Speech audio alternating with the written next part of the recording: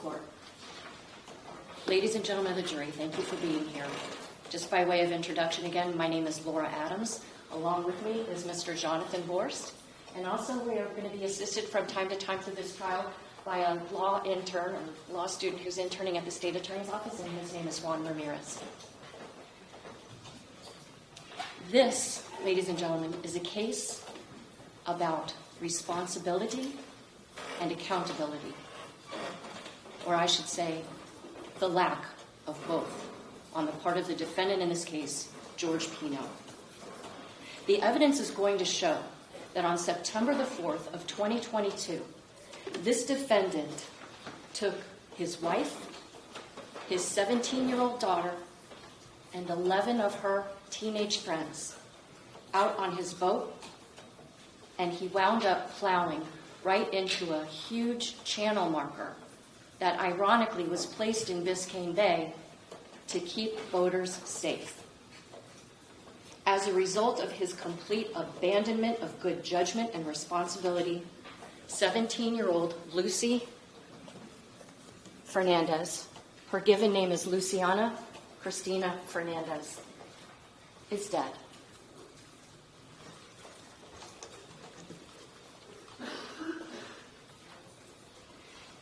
In the aftermath of causing Lucy's death, this defendant avoided accountability by telling the police a fabrication of how this boating crash occurred. And he maintained that falsehood long after the day of this tragedy. The evidence in this case, ladies and gentlemen, will show you this was not a mere accident or a momentary lapse in judgment.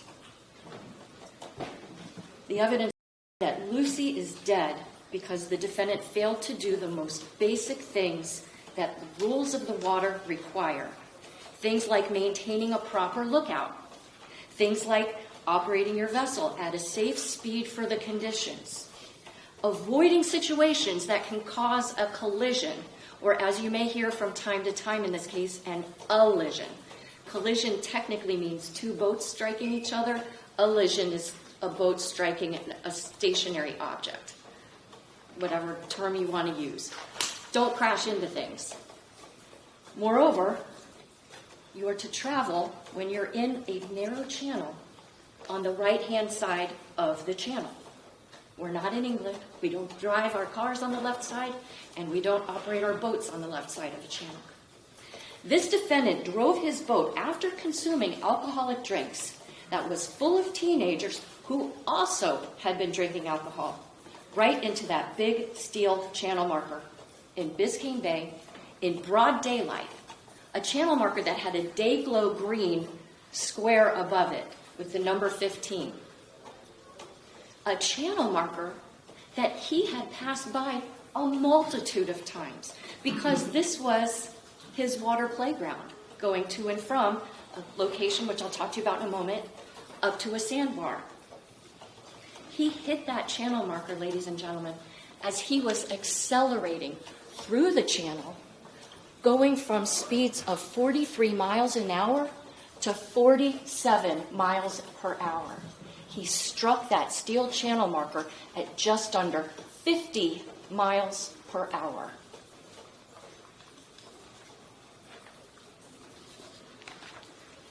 The witness who will tell you how this crash happened has no bias, no prejudice, and no sympathy. This witness has a perfect memory. And this witness is not swayed by money or privilege or power. That witness is Global Positioning System Data, better known as GPS. The GPS from the defendant's boat is how we know the way that this crash occurred, because the GPS told the truth about what happened.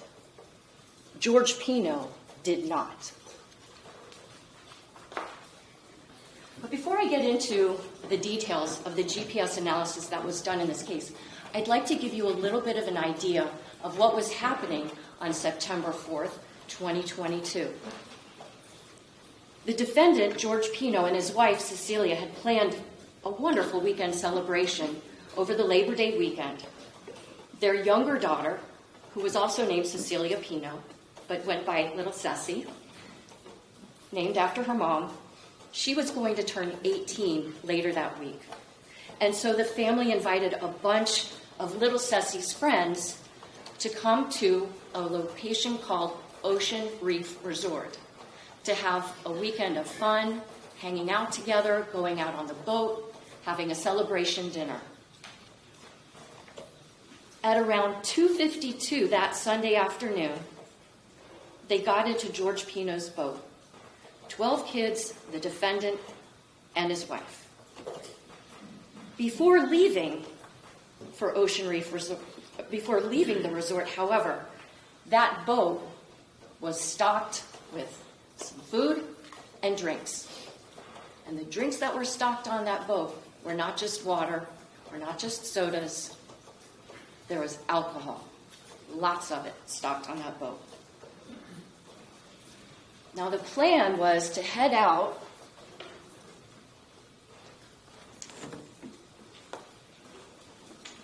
Can you all see okay?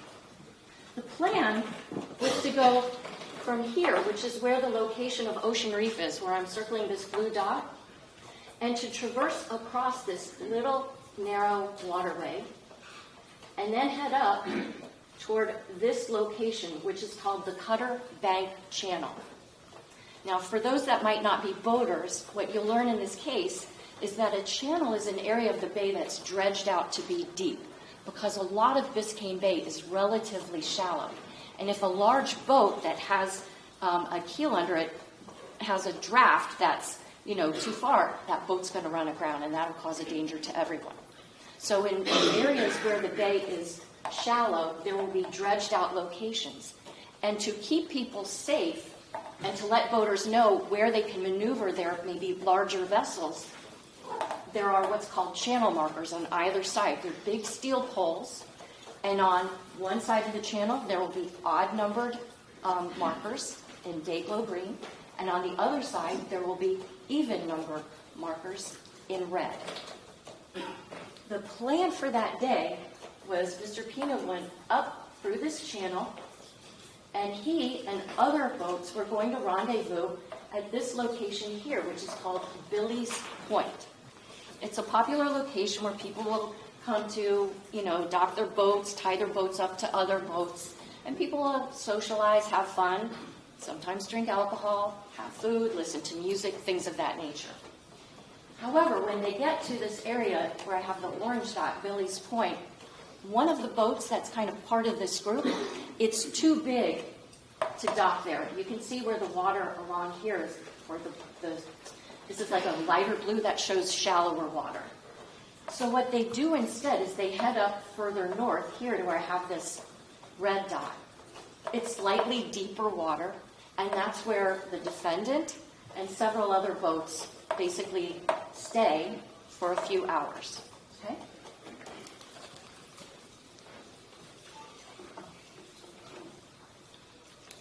So once they get to that part of the sandbar where the water is a little deeper, the plan was at the end of their time there, they were going to return back down to Ocean Reef because the defendant had planned a surprise party for his daughter. And it was going to be a catered dinner from like 9 p.m. to 11.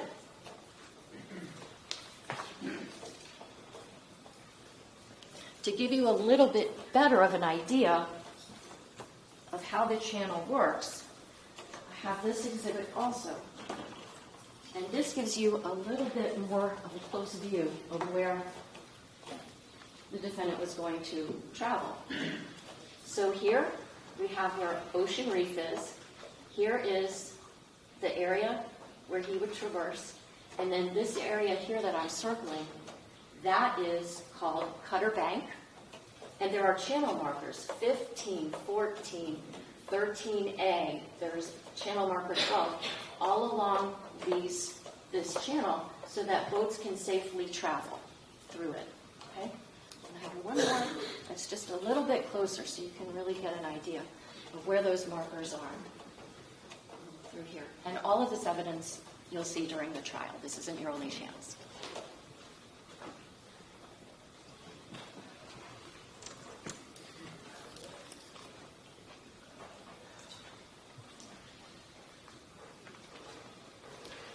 When the defendant was traveling north to get up to where the Sandbar was, he was traveling at a pretty moderate speed, maybe like in the 30s or so.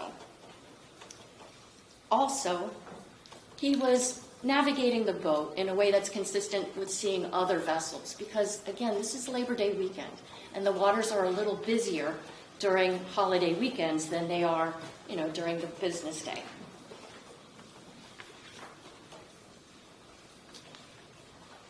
The defendant and the kids and his wife, all on his boat, get up to the area of the Sandbar at about 3:23 that Sunday afternoon. Now let's talk a little bit about what was going on at the Sandbar.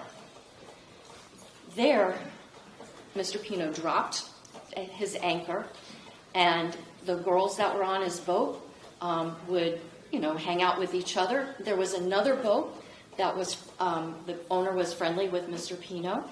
He had some boys on his boat, so the girls and the boys were swimming back and forth with the boats, listening to music, having a great time.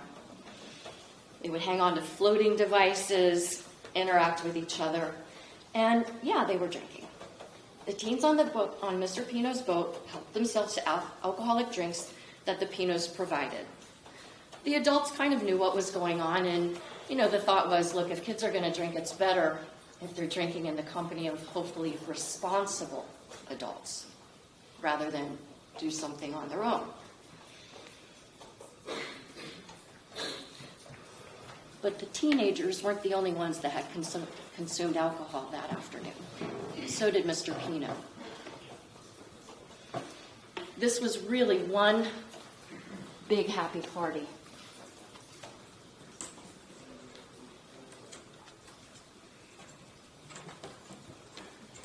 Here's a picture of most of the girls that were there that afternoon. Many of these girls knew each other from elementary school. What a great day this would have been. Oh.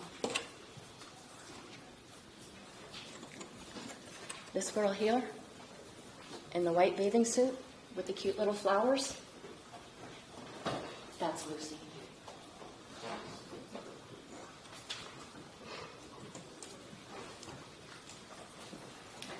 At one point that afternoon, Lucy's mom and dad, who were also at Ocean Reef, had been asked by their daughter, Mom, Dad, come on out to the boat. We're going out with the Pinos. Come meet us out at the Sandbar. Now, Lucy's dad, who you'll meet during this trial, he was kind of tired. He had golfed earlier in the day, but he and his wife figured, if your teenage kid is saying that she wants to see you, even when she's with a lot of her friends, let's suck it up, let's go. We're going to go see our daughter.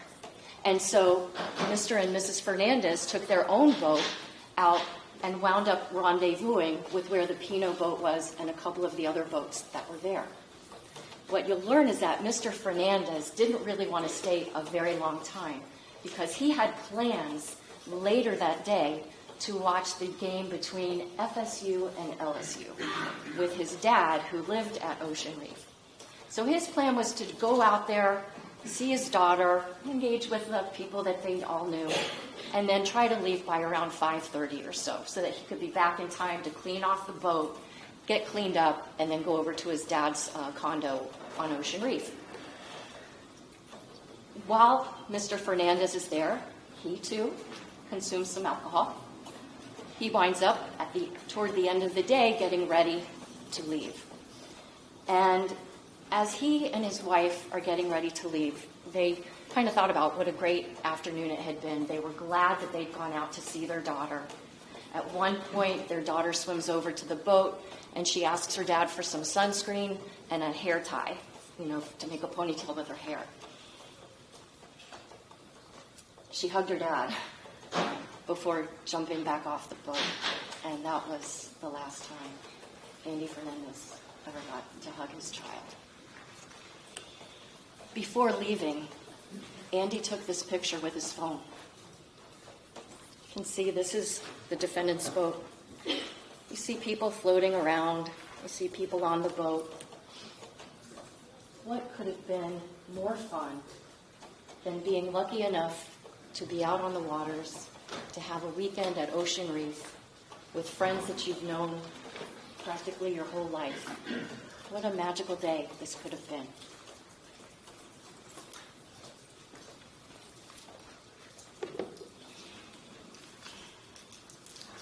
Now, they were there at that sandbar for almost 3 hours. And the evidence is going to suggest that perhaps Mr. Pino overstayed the time that he wanted to be there. Why? Because when he starts getting the girls to rendezvous back onto his boat, 12, 17-year-olds plus his wife and him, he leaves the area here,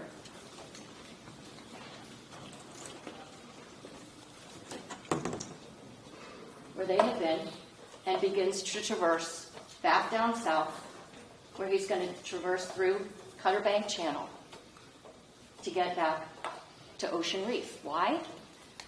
I told you about him having a party planned. This was the invoice for that party. It was to go from 9 p.m. to 11 p.m. It was going to be a custom buffet with salads, mini burgers, chicken, all of this kind of stuff. It was an outdoor venue that was going to be catered, and it was supposed to be a great time. But, my goodness, yes, 12 teenage girls that are going to need to get showered, get their hair dried, get ready to go out for this event. Now, these girls were staying in a home that the Pinos had rented for that weekend. It wasn't like some gigantic mansion.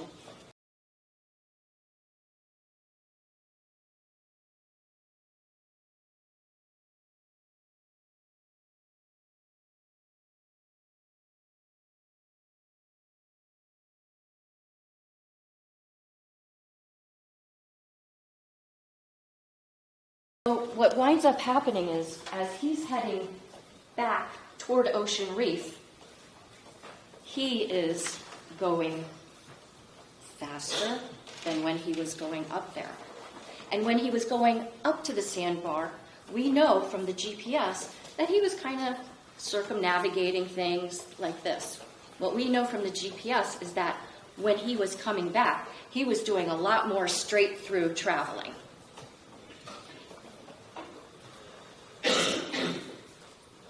Now, the waterways, of course, are different from the roadways.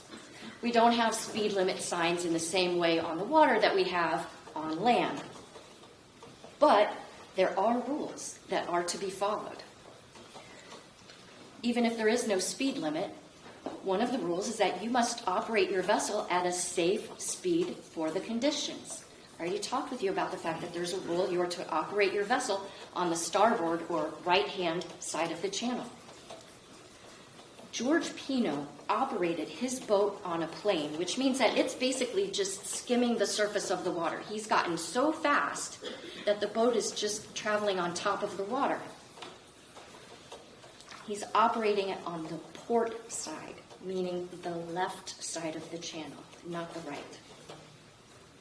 And as he was going through that channel, heading back to Ocean Reef, just as he had his GPS on the way up, his GPS was on the way back. The GPS on his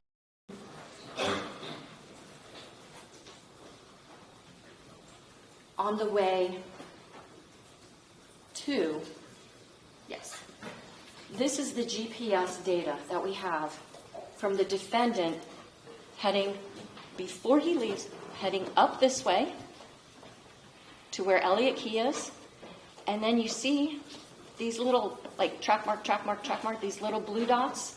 Those are track marks. Those show every time the boat is being changed in direction. This is where he originally gets to at Billy's Point, but it's too shallow for one of his friend's boats to be there. So he heads up, further north, until they get right here.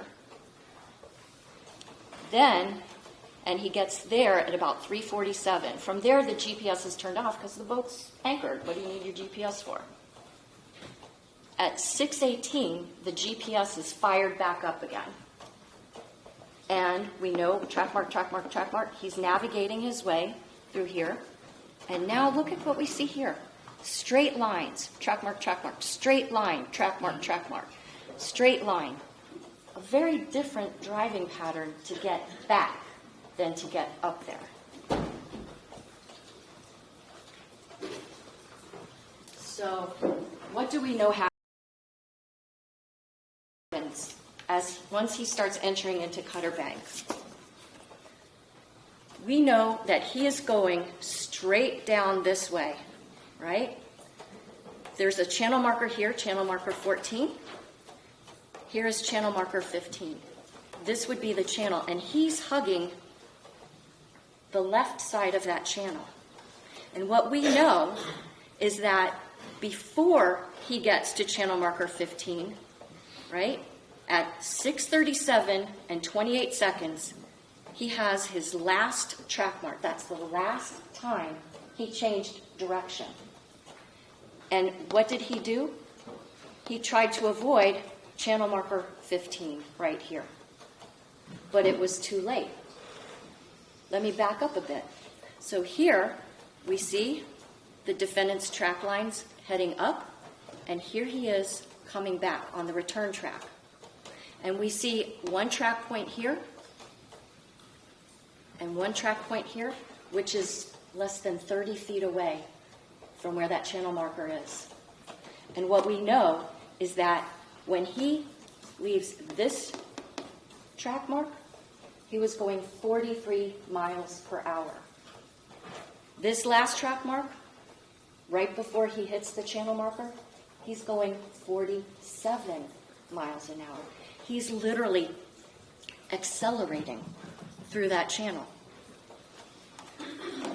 What is this? All these little track marks here? This is after his boat crashes into the channel marker. Because he was not wearing a thing called a kill switch, which you attach like to your waistline or something, so that if you get ejected from the boat, it kills the engines so that nobody will get chopped up by a propeller. Thankfully, even though he was not wearing a kill switch, which is why we see the boat is still moving because the engines are still running, thank goodness nobody got chopped up in this case. To give you an idea of what it looks like for a 29-foot center console vessel to smash into a steel pole as fast as George Pino did,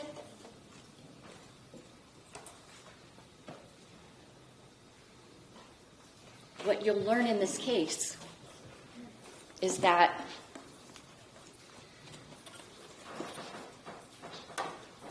we all have to talk like sailors a little bit in this case, all right? So starboard and port, right and left. So this is the starboard side of his boat.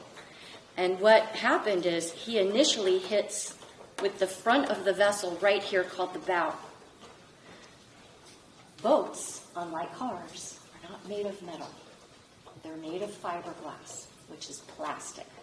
And unlike metal that crunches and crashes, plastic flexes. So when he first hits that, the boat flexes. And what winds up happening is the boat rides up on the channel marker and literally is gouged open by the board that's at the top of that channel marker that says 15. And it rips the boat right open. When it comes to the other side of the channel marker, it's taking on water like crazy through this gigantic, gash mark in the boat.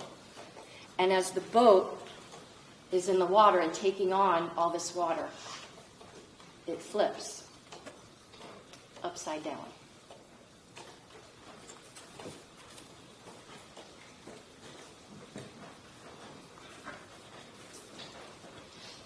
This is a picture of the vessel at final rest. You can see that huge gaping hole in the boat. Now, in the aftermath of this crash,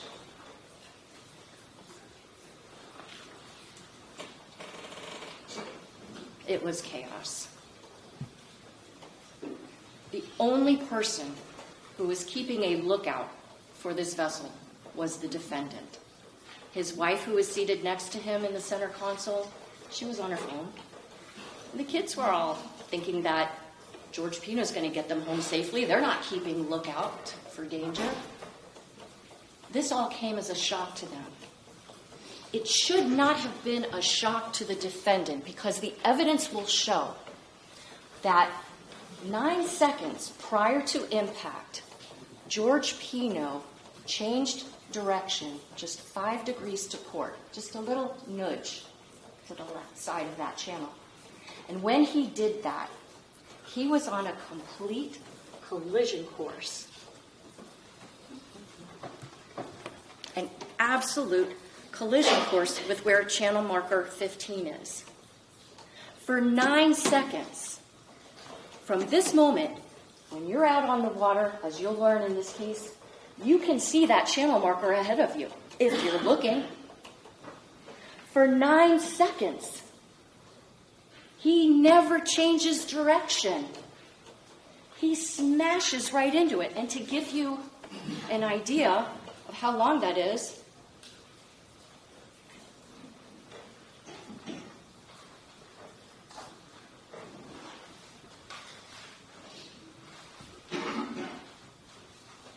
that's how long he was on a collision course with that gigantic steel pole.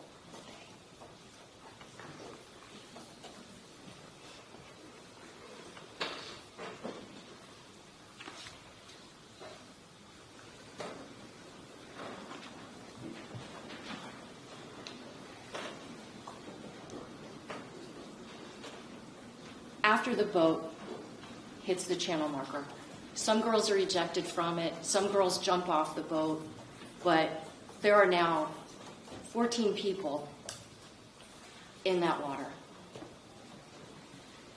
One by one, the girls who are not too badly injured try to seek out and find their friends. The defendant's wife, same. The defendant, though, he just kind of holds on to the front of his boat, which is now upside down, and the anchor of his boat has become the canopy, because the canopy of his boat is now on the bottom of Biscayne Bay. One by one, they're trying to account for all the girls. Where's Ceci? Where's Kati? Where's Mia? Where's Caro? All these girls. And eventually, through all that chaos, there are some that are not conscious. There are some that are borderline conscious. Everybody is accounted for but one. They're looking and looking. Where's Lucy? Where's Lucy? Somebody yells to the defendant, still holding on to his boat, "Look under the boat. Maybe she's trapped under there." She was. The injuries she sustained were not great injuries, but she didn't die from those injuries. She died because she drowned. She was underwater, unconscious, and she drowned.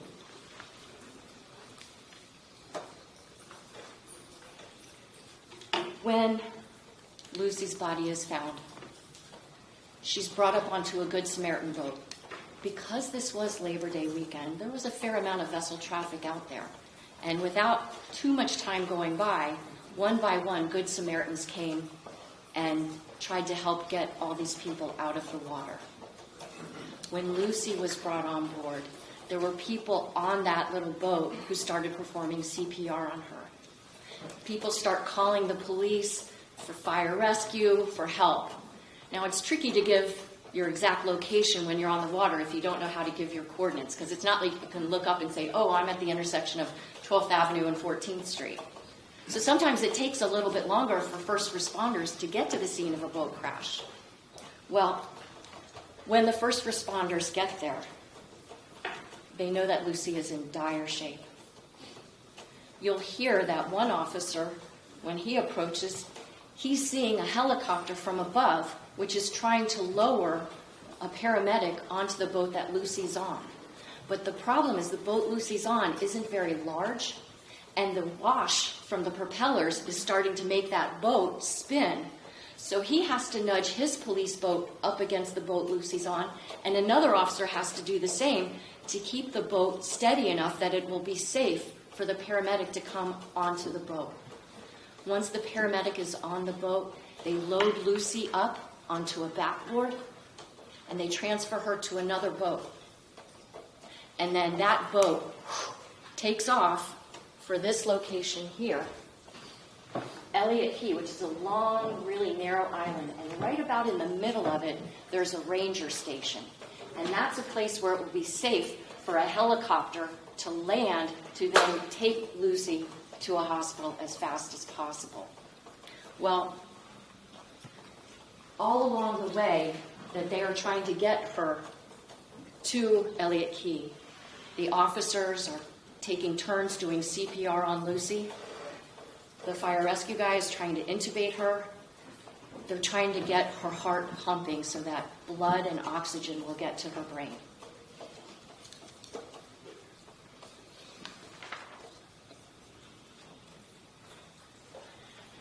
As you can imagine, a scene like this is pretty chaotic. The man who was tasked with the responsibility of managing this chaos is named William Thompson. He was, at the time, an investigator with the Florida Fish and Wildlife Conservation Commission, better known as FWC. Since the time of this crash, he's been promoted, and he is now a lieutenant. Lieutenant Thompson was responsible for coordinating with all the different responders that came to this scene. Officers from the Miami-Dade Sheriff's Marine Patrol Unit. There were Coast Guard officials that came to the scene. There was other fire rescue units that came to the scene. There's the management of finding out who's injured, what's the level of injuries, conducting that kind of triage, figuring out what hospitals different people are going to go to. And beyond that, he also needed to find out what happened. How did this happen? The girls really couldn't give him any information. They're not paying attention, because what you'll learn is that on the bow of the defendant's boat,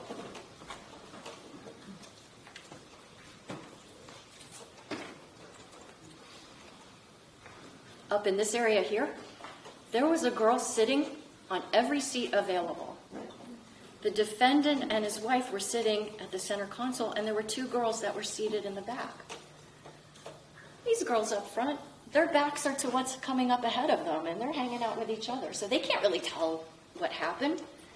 And the defendant's wife was playing on her cell phone. So the only person that Lieutenant Thompson could try to find out how did this crash happen from was the defendant. Now, the defendant himself, for sure, got banged up. He had a cut to his head, a cut to his elbow. I think some of his teeth were, knocked around a bit. But overall, he was okay. He'd been checked out by police officers, fire rescue. He was ultimately transported to Elliott Key, which is where they brought all the other girls that were not tremendously injured.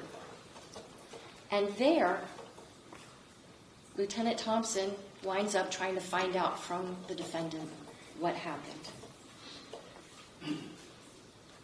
He could find out what happened from the defendant and from the GPS. And like I told you, the GPS told the truth, but he did not.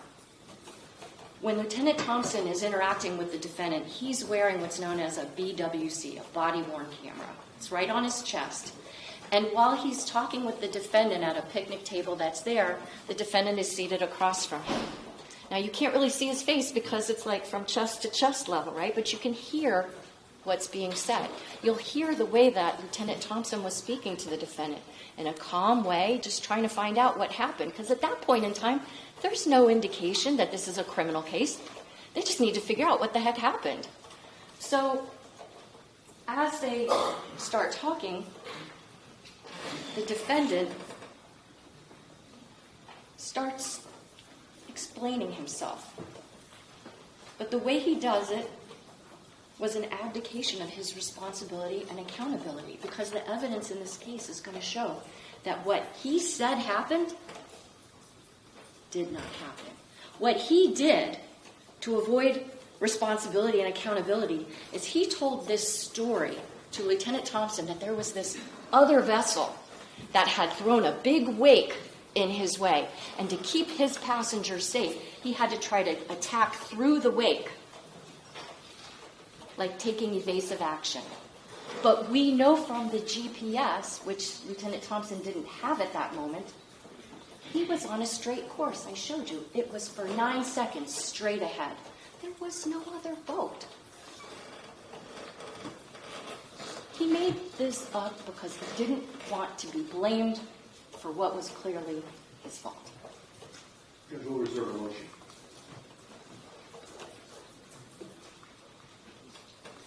So, when Lieutenant Thompson asks, how did the crash happen? The defendant tells this story about what the evidence is going to suggest is a phantom boat. Now, clearly, nobody's going to be fully in charge of their rational faculties after a horrific event like this, whether it's your fault or not. This is a really stressful thing for anybody to go through. And he was injured. But he was alert. He was able to walk around.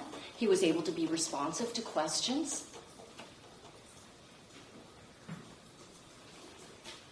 When the defendant told this story of the phantom vessel, he then was asked, would you give a written statement about what happened? This is what he wrote. Going back to ORC, Ocean Reef Club, through channel, pass boat on left side of my boat. Veer to the right to avoid big waves.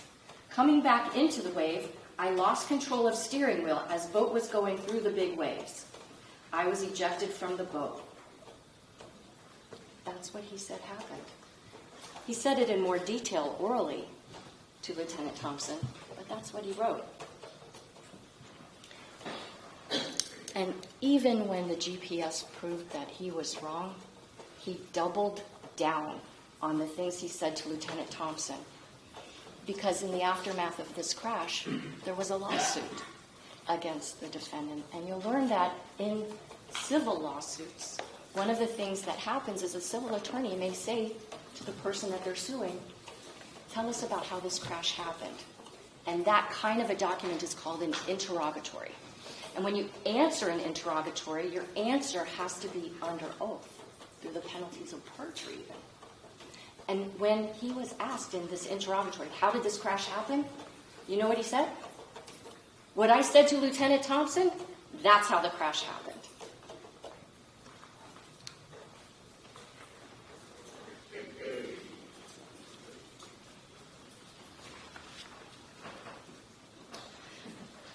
How did the police wind up getting this GPS data? Well, in an effort to appear cooperative with the police, the defendant signs a form giving them consent to go on his boat and take from it the SIMRAD, that's the brand name of the chart plotter devices or the multifunctioning displays that he has. It's not completely unlike CarPlay, if anybody uses their Apple phone with their car, where you can scroll through different maps, charts, things like that. The defendant gives permission for that. And those SIMRAD navigational devices are then brought to a man who is, number one, a former FWC officer. Number two, is currently a lieutenant with the Town of Palm Beach Police Department as an internal affairs supervisor. But also, number three, is a maritime expert who testifies regularly in the field of safe navigation, safe boating requirements, and also in how to download and interpret GPS data. His name is Paul Albert, and you will hear from him about how GPS works, how he was able to extract GPS data from the defendant's boat, even after it had been upside down and underwater until they could salvage it and bring it back to shore. he will tell you unequivocally the defendant's boat took no evasive action to avoid striking that channel marker. There was no other boat in that vicinity. The defendant said that there was another boat, which is clearly disproven. He also told Lieutenant Thompson that he had 2 beers while he was out at that sandbar. Now, it would not be practical for you all as jurors to go out to the scene of this vessel crash and feel for yourself what it's like to go 47 miles an hour through that narrow channel on the wrong side of it. So Lieutenant Thompson and Mr. Albert did the best that they could to try to recreate it for any jurors that might be on this panel, whether you have experience boating or not. What they did was, using buoys and GPS points, they dropped one buoy in the Cutter Bank Channel where the second to last track point is, and one right before the last track mark, which is less than 30 feet away from where that channel marker is. They then had Lieutenant Thompson take his police vessel, which, like the defendant's, is 29 feet, has a center console, and has 2 300 horsepower engines. And what he did was he then began coming through the channel, and by the time he got to where that second to last track mark is, he was going 43 miles an hour. He then continues to accelerate his vessel until he's at 47 miles an hour, and at the last second, swerves to avoid hitting the channel marker. To give you an idea of what that's like, we had a veteran crime scene detective with the sheriff's office come out on a Marine Patrol boat and launch a drone that then could film the boat as Lieutenant Thompson piloted it through the channel. In addition, a GoPro camera was affixed to the front of Lieutenant Thompson's boat so that jurors could get an eye view of what you could see if you're looking and when you can see that channel marker up ahead.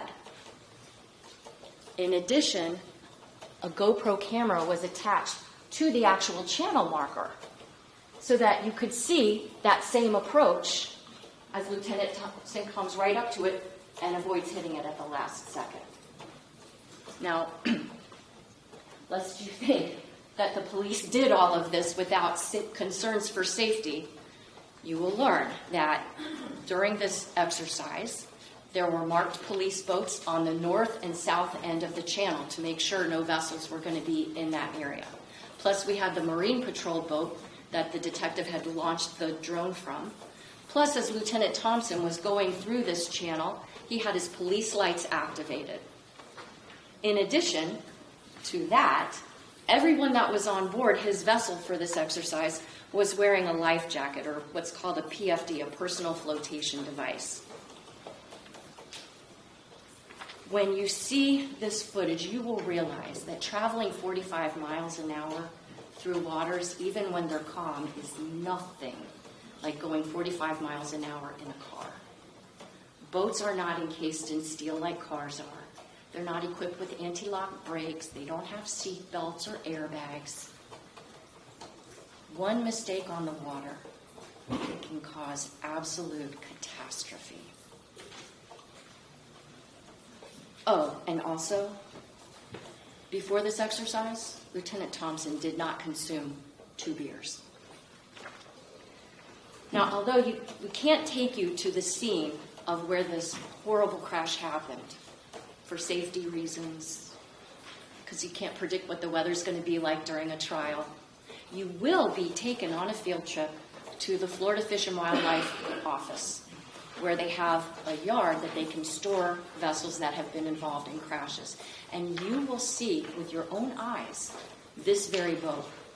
You will see the horrific damage, and you will be able to see for yourselves that anyone at the helm of that vessel looking straight ahead, would easily be able to see a huge steel channel marker with a day-glow green board at the top of it.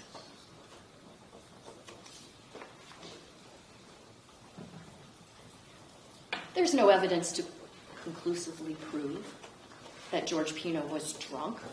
He's not charged with boating under the influence, causing a death. There's no evidence that he deliberately crashed his boat into that channel marker. If the evidence supported that, he wouldn't be charged with manslaughter and vessel homicide. He'd be charged with murder. But the evidence does support a finding that traveling through that narrow channel at the speeds that he was, with as many people on his boat as he had, people who had been consuming alcohol, people who were 17 years old, and not looking where the heck he was going for 9 seconds. People won't even drive blindfolded for 9 seconds. They sure as heck should not be operating a boat with a blind eye. The evidence in this case will show conclusively this was not just an accident. This was a bunch of factors that, when they all come together, form the inescapable conclusion that George Pino was reckless and he was culpably negligent, and as a result, Lucy's gone. And that's why at the end of this trial, I will ask you to return a verdict of guilty.